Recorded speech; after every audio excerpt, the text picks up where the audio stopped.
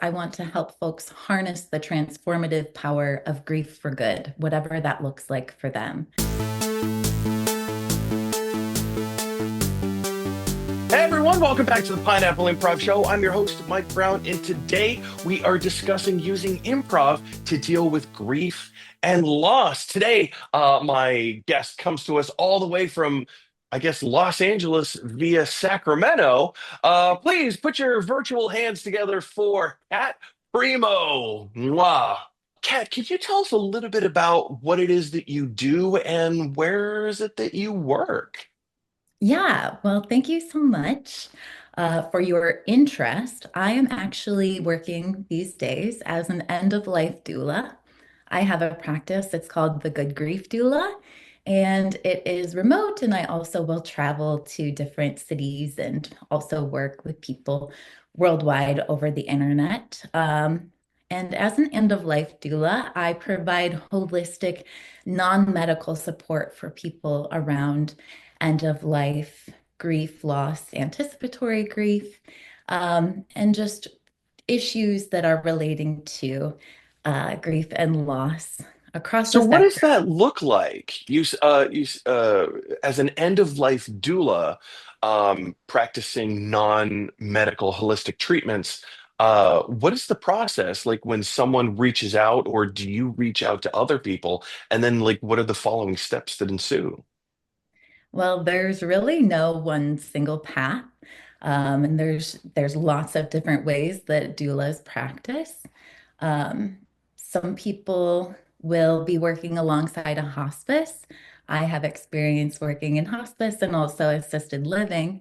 But my practice is independent, and people can reach out via my website from anywhere, and we'll just meet, have a nice little 20-minute consultation, get a vibe to see kind of what support folks are seeking, and then take things from there. It's actually very improvisational, the whole practice of being a doula, because I'm listening to what folks are needing and responding, not coming up with ideas ahead of time of what they need, but being present in the moment and listening and responding to provide education and support and resources so that they can make decisions and they can kind of create the narrative and the healing and the support that they need. So it could be folks who, I see you have a question. Go ahead.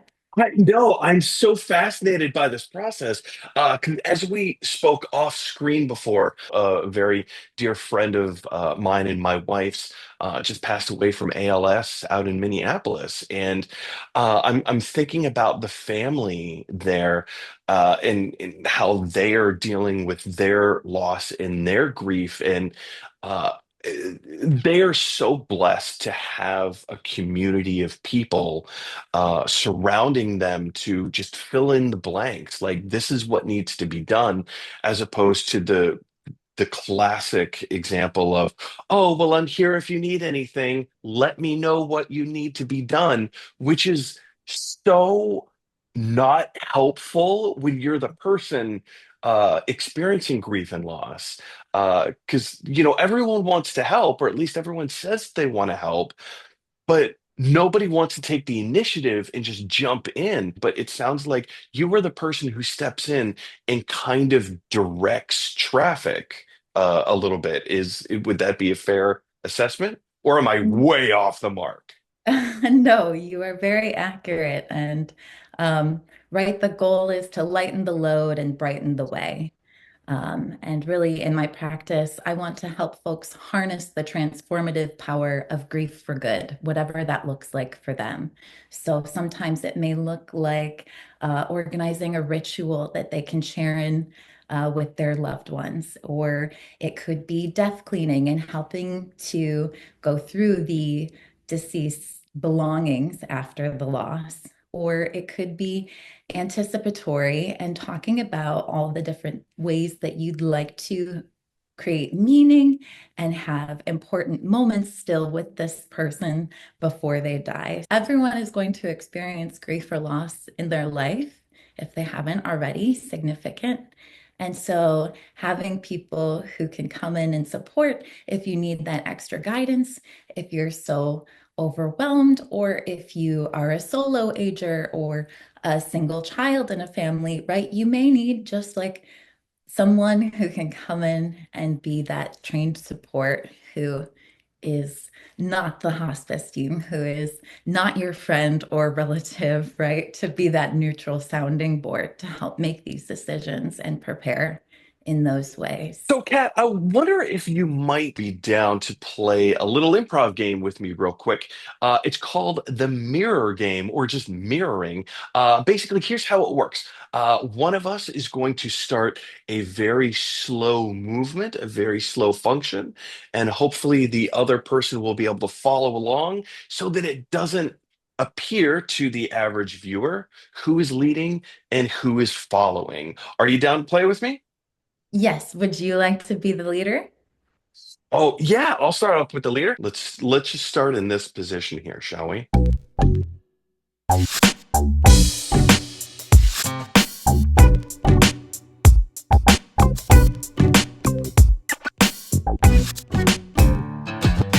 And we'll call it quits there. Yay! Awesome. Yeah, that's actually Switch one of this my back. favorite exercise that I like to do with clients when I'm working with them one-on-one for grief support.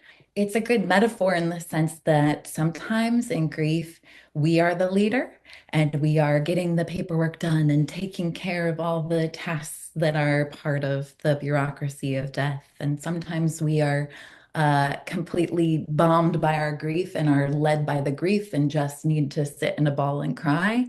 And that being present and having awareness of our body and our emotions, and when we're being kind of pulled along those waves, can allow us to ride them and weather them a bit more easily. At this point, I've done the games with folks with dementia, with young adults with autism and developmental disabilities, with students at LAUSD. My mentors done it with veterans with PTSD. So there's so And what's many. the result that you see, or maybe what's the long-lasting result that you see from these exercises and games? Oh, I mean, people are more relaxed. They're more open. They're willing to take risks and share. They're willing to be part of community again and to feel laughter, right? You can kind of feel like you need to be so serious in loss or in life when you've experienced hardship. And to kind of crack that open through creating safe space and shared community and laughter is incredibly powerful and works every time. Kat, we're starting to wrap up a little bit on time, but I wonder, are there any last words of wisdom that you'd like to leave us with today? Just in that little wrap up that you were sharing, it made me think also of the benefit of being able to share your narrative and how so many improv games and exercises are beneficial for storytelling and being able to express your human experience. And so I appreciate the kind words, but also it's like all about empowering others to find their voice and to share it confidently. And there are so many good people who are doing this work in the world. And so, if that is you or anyone watching in the audience, like keep up the good work. Yes, and we can make the world a better place, one laugh at a time. And I just wanted to ask, what was the name of your friend who inspired this podcast and who died last week? That is an excellent question. His name is Chip House, and he was actually the one who inspired me to do this podcast on LinkedIn. If you Google the name Chip House, or if you just get on LinkedIn and look up Chip House, he has one of the most incredible networks of people, of working professionals, of uh, just the most incredible friends and family that he has surrounded himself throughout his life. And since his passing, so many people have come out of the woodwork to offer condolences, sure, but Chip, Chip was the embodiment of goodness in the world. He was kind, he is kind. I don't believe that the human soul perishes away at death. He is an incredible person who surrounds himself with incredible people in kindness, in empathy, in listening. That is why he was so successful in life. And I feel like those are the qualities and traits that endure with Chip, and he's going to have incredible success in his now afterlife. So, um, can't wait to see him again, give him a big hug, and give him a huge thank you. For more information on grief counseling, dealing with loss, please visit. Goodgriefdoula.com and on all the socials. Yeah, at Good Grief Doula.